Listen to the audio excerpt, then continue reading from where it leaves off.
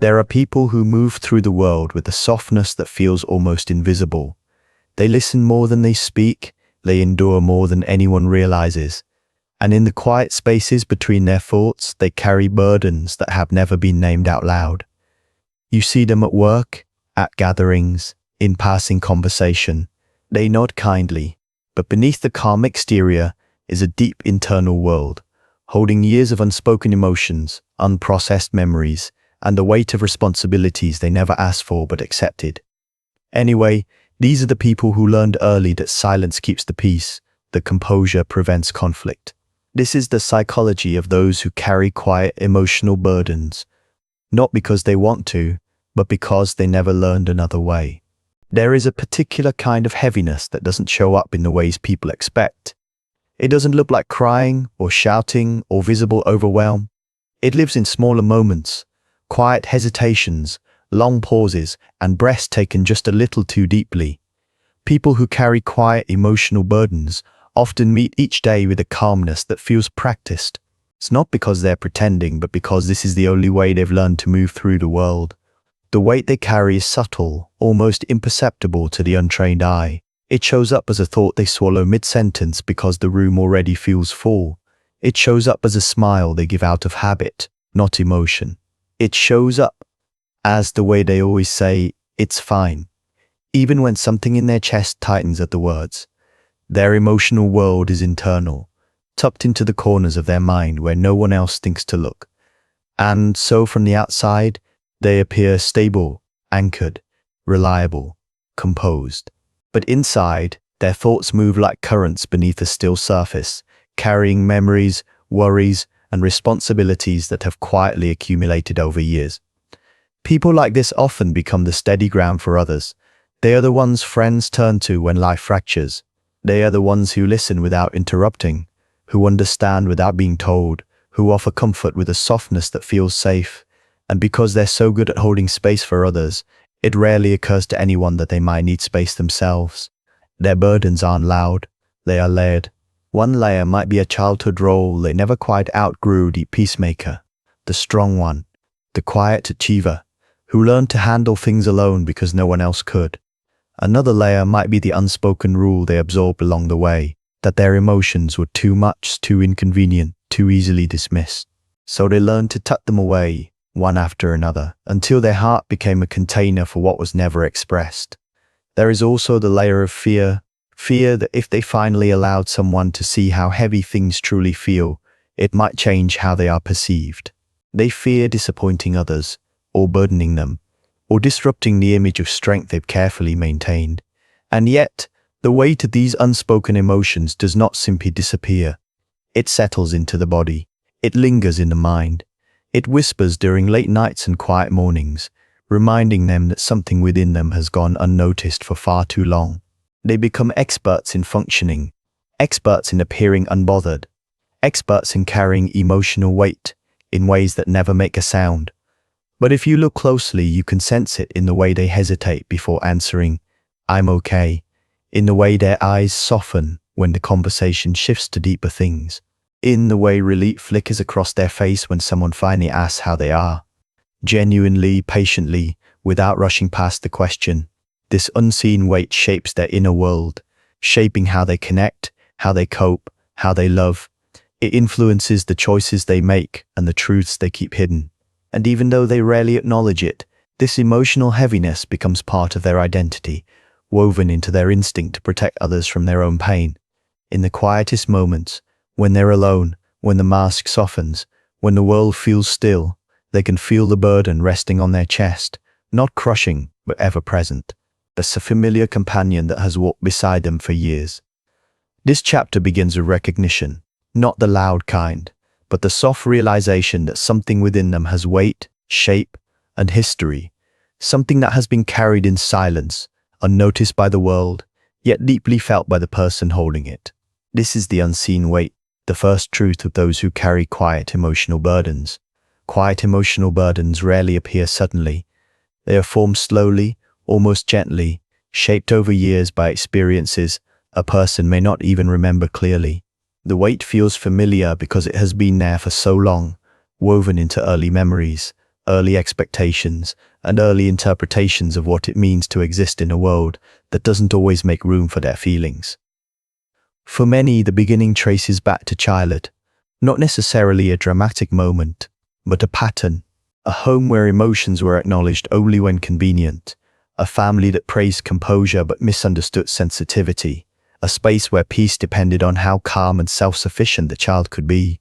Some learned that silence kept the household steady, that speaking up led to tenderness to the needs of others. So they adapted, they became observant, reading the emotional landscape before entering a room, softening their presence to avoid adding pressure to already strained dynamics. In these early stages, emotional burden feels less like a weight and more like a responsibility to be good, to be helpful, to be unobtrusive, be it to take care of things before someone noticed they needed care. Children are perceptive in ways adults often forget. They notice tone, mood, and the subtle shifts in their caregiver expressions. And when they sense instability or stress, they instinctively try to compensate. They try to become the one thing that doesn't create more difficulty. It's over time. This compensation becomes identity. They learn to soothe others instead of being soothed. They learn to ask for little. They learn to carry discomfort quietly, believing it is their role to hold what others cannot. Not every burden begins in hardship, though sometimes it begins in praise. It's a child who is repeatedly admired for being mature, responsible, or easy begins to internalize these traits as obligations. They fear disappointing those who depend on their steadiness. They fear that expressing their own struggles might contradict the image others have of them, and so they hide their confusion. They suppress their sadness. They become the child who needs nothing because needing something feels like a disruption. In adolescence, the burden grows in new ways. Expectations become heavier. Relations become more complex. Self-awareness sharpens. Yet the habit of internalizing emotions remains now reinforced by social pressures. Teenagers who carry quiet burdens often become the friends who support others through heartbreak and crises, listening, comforting, absorbing. But when their own heart aches, they retreat into themselves. Unsure how to be the one needing help by adulthood, the burden becomes so familiar that it's mistaken for personality: strong, independent, calm, reliable. These words are spoken with admiration, yet they hide the truth. Much of this stability was learned as a survival strategy long before the person understood the cost of holding so much inside. In some families, emotional expression was simply not modeled. Parents themselves carried unspoken burdens, passing down the unspoken rule that feelings should be managed privately, quietly, without complaint.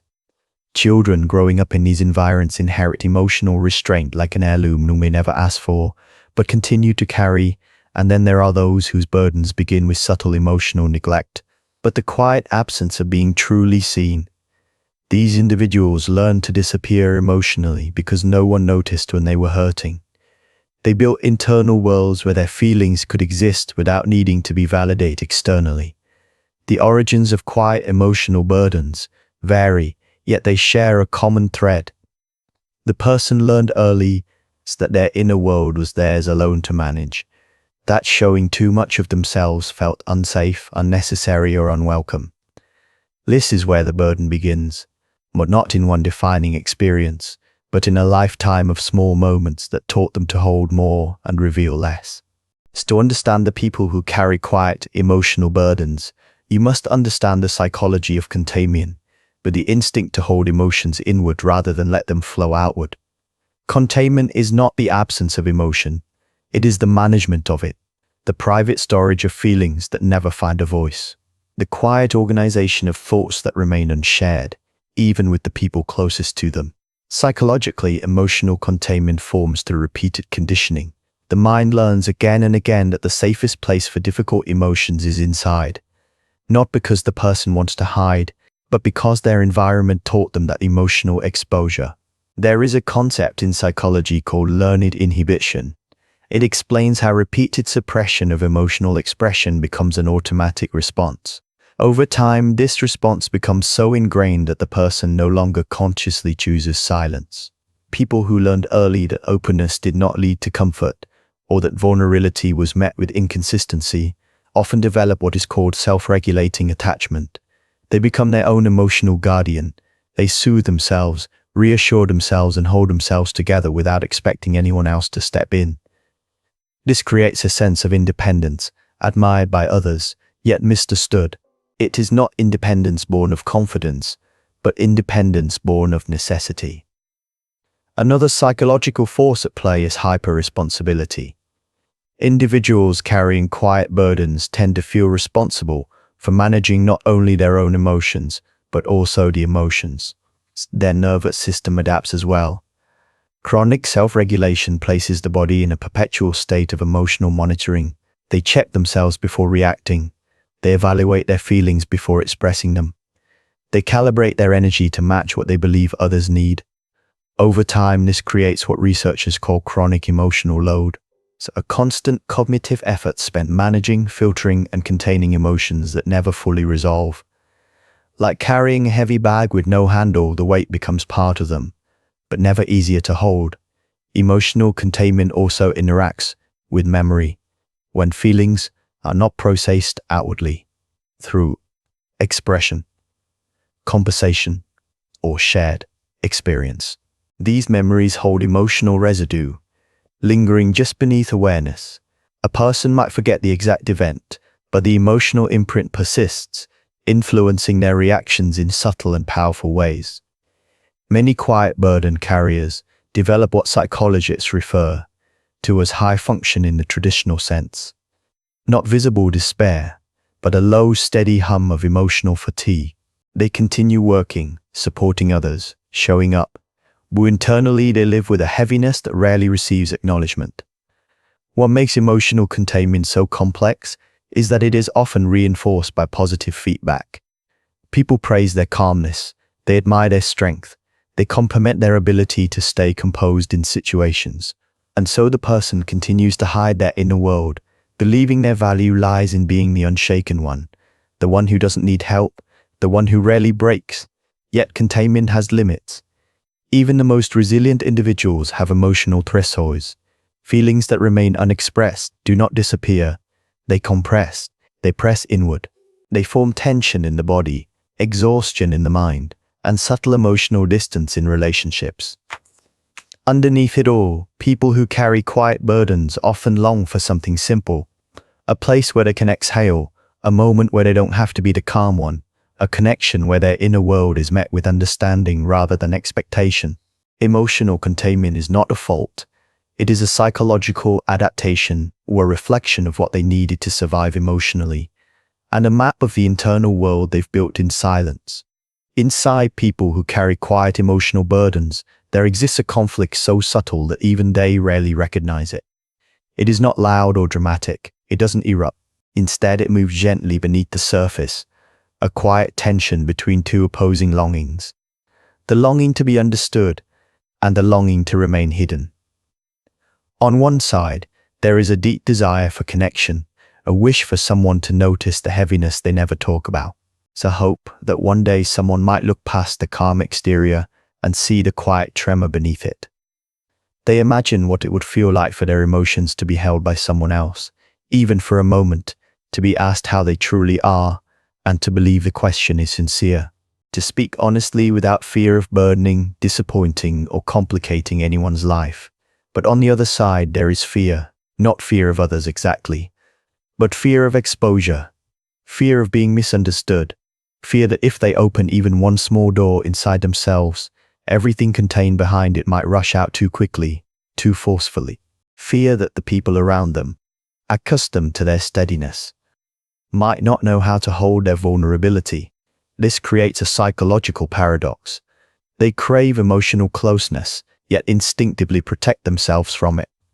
The conflict plays out in small, everyday moments. Someone asks a personal question, and they hesitate for a split second. The instinct to answer honestly rises, but the reflex to stay silent rises faster. By the time they respond, the truth has already softened into a gentle, "I'm fine," not to lie, but not the whole story. They want to be seen, but the idea of being fully seen feels overwhelming. They want to share what weighs on them, but the words don't form easily. There is always the thought, what if this is too much? What if I complicate things? What if I lose the image of strength that others depend on? Years of emotional containment have taught them that vulnerability is a transaction. They give something away and risk receiving nothing back, so they stay quiet, ensuring they never owe anyone an emotional explanation. It feels safer to hold everything inward, even if it hurts. At the same time, their silence can create distance. People around them may sense something underneath, but rarely know how to reach it. And when others fail to notice their inner world, a small ache forms, a quiet disappointment that reinforces the belief that no one truly sees them. Cycle, wanting connection while fearing it, can shape their relationships in profound ways. They become attentive listeners, thoughtful friends, steady partners. But when the time comes to reveal their own needs, something inside retracts. They speak in fragments. They soften truths until they lose their shape. They offer the emotional equivalent of a whisper. Psychologists refer to this pattern as protective inhibition, the instinct to guard the self at any cost, even when the cost is emotional isolation. Yet, even in their silence, they feel deeply, sometimes too deeply. They read between the lines of every conversation. They sense shifts in tone that others overlook.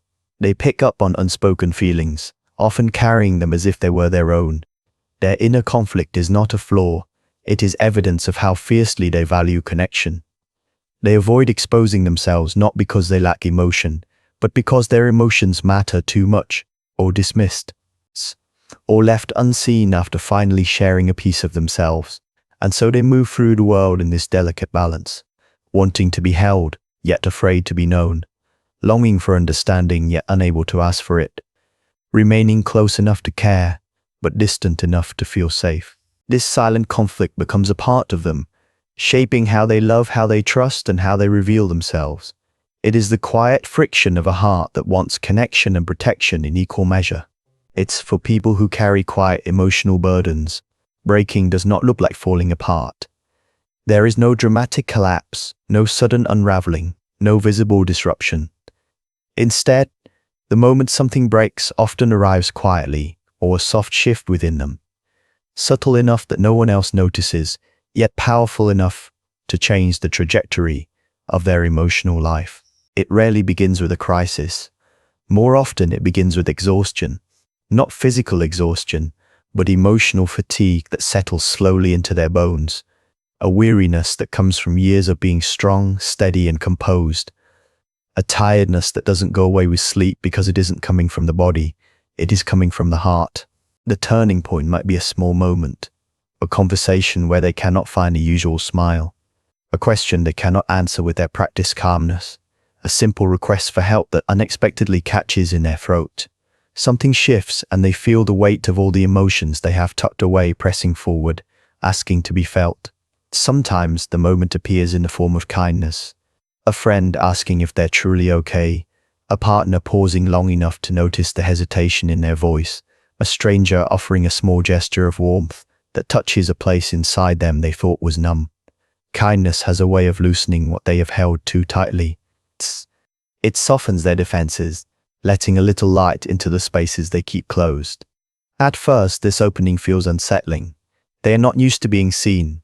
Even gently, the instinct to retreat rises quickly, to smile, to say something reassuring, to shift the attention away. But a quiet part of them recognizes that something unusual is happening, something they cannot simply contain. Other times, the break comes from the opposite direction, a moment of overwhelm so subtle that it surprises them. A small disappointment hits harder than expected. A simple mistake brings an unexpected sting of shame. A comment that would normally roll off their back feels sharper than it should. It is not the intensity of the event that triggers the shift, but the accumulation of everything they have carried until now. This is the moment their emotional container becomes too full, not shattered, just full. Psychologists describe this as emotional leakage. The point where unprocessed feelings begin to emerge on their own through unexpected tears, irritability, quiet withdrawal, or a feeling of heaviness that becomes harder to ignore. It is the mind's way of saying, "You've been holding too much for too long." Their pain moves inward first, through reflection, confusion, and a sudden awareness of how long they've been carrying everything alone. They may find themselves pausing more often, sitting in silence longer than usual, feeling emotions that don't have clear names. It is not a breakdown but a breakthrough, finally asks to be acknowledged. In relationships, this moment can manifest as sudden openness, or a quiet confession spoken in a trembling voice, a truth shared after years of silence, a simple, "I'm tired," that carries the weight of a lifetime to the outside world. These moments look small, barely noticeable, but inside, they feel seismic, because for the first time they allow themselves to feel the full reality of their emotional landscape. This is the moment something breaks, not the person but the silence around their pain. And once this break happens, even gently their inner world can no longer return to the way it was. The weight is no longer invisible to them. It has shape now, and presence, and a voice slowly learning to speak. Once something breaks, quietly, gently, the person who has carried emotional burdens in silence begins to notice things they once overlooked. Not because the pain is new, but because for the first time, they are no longer ignoring it. This is the stage where their inner world starts to take shape, where emotions they once stored away begin to reveal their origins, their patterns, and their meanings. The process is rarely sudden. It unfolds slowly like dawn light filling a dim room, soft at first, then clearer, then impossible to avoid. They may begin by noticing small emotional signals, a tightness in the chest that arrives during conversations, a subtle heaviness when they wake up, a familiar ache that returns during quiet moments. These sensations were always there, but they finally have the space to be acknowledged. At this stage, they often feel two things at once: relief that their emotions are surfacing, and discomfort that they can no longer push them down. Psychologically, this is known as emotional emergence, or the mind's natural process of surfacing what has been suppressed. Once conditions feel safe enough, it is not about losing control. This chapter marks the beginning of understanding. Understanding not just what they feel, but why they feel it. They may reflect on childhood moments with new clarity. Not to blame anyone, but to see the emotional patterns that shaped them. The times they stayed quiet so others wouldn't be upset. The times they learned to stop asking for comfort because comfort was unpredictable. The moments they stepped into emotional roles far too heavy for a young mind to carry. These memories do not return to cause harm, they return to explain. In this stage, many people start recognizing the difference between who they are and the role they learn to play.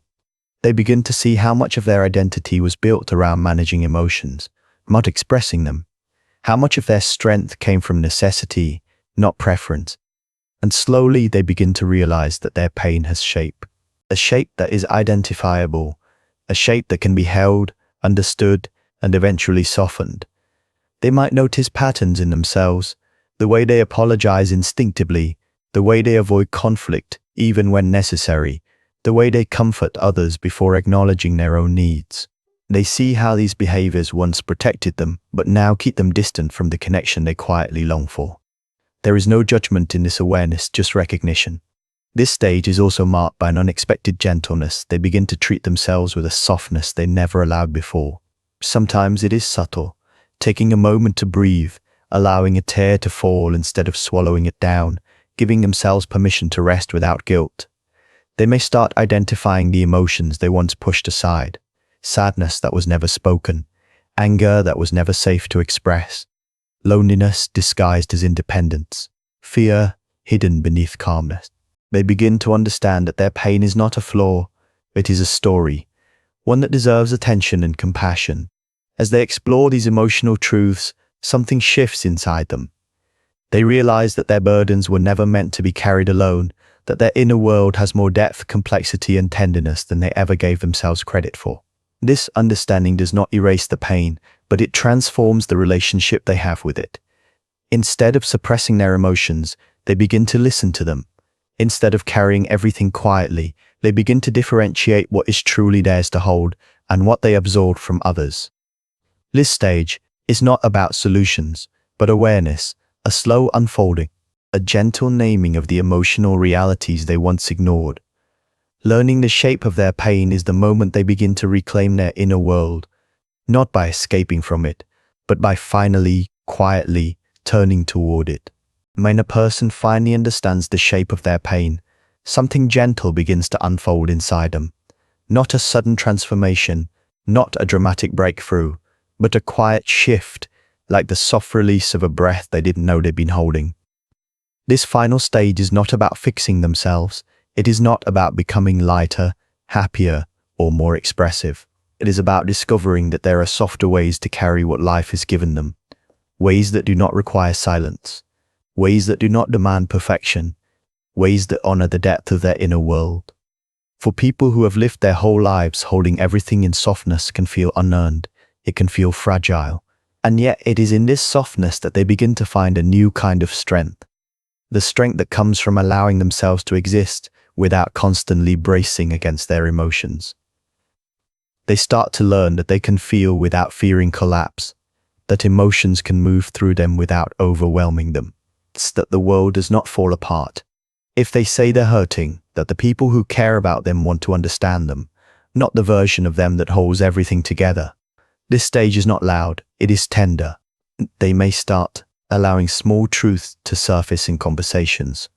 "We're quiet, today was hard." A simple, "I'm tired." A moment where they admit uncertainty instead of pretending they're fine. These small openings become invitations, doorways through which connection can finally enter.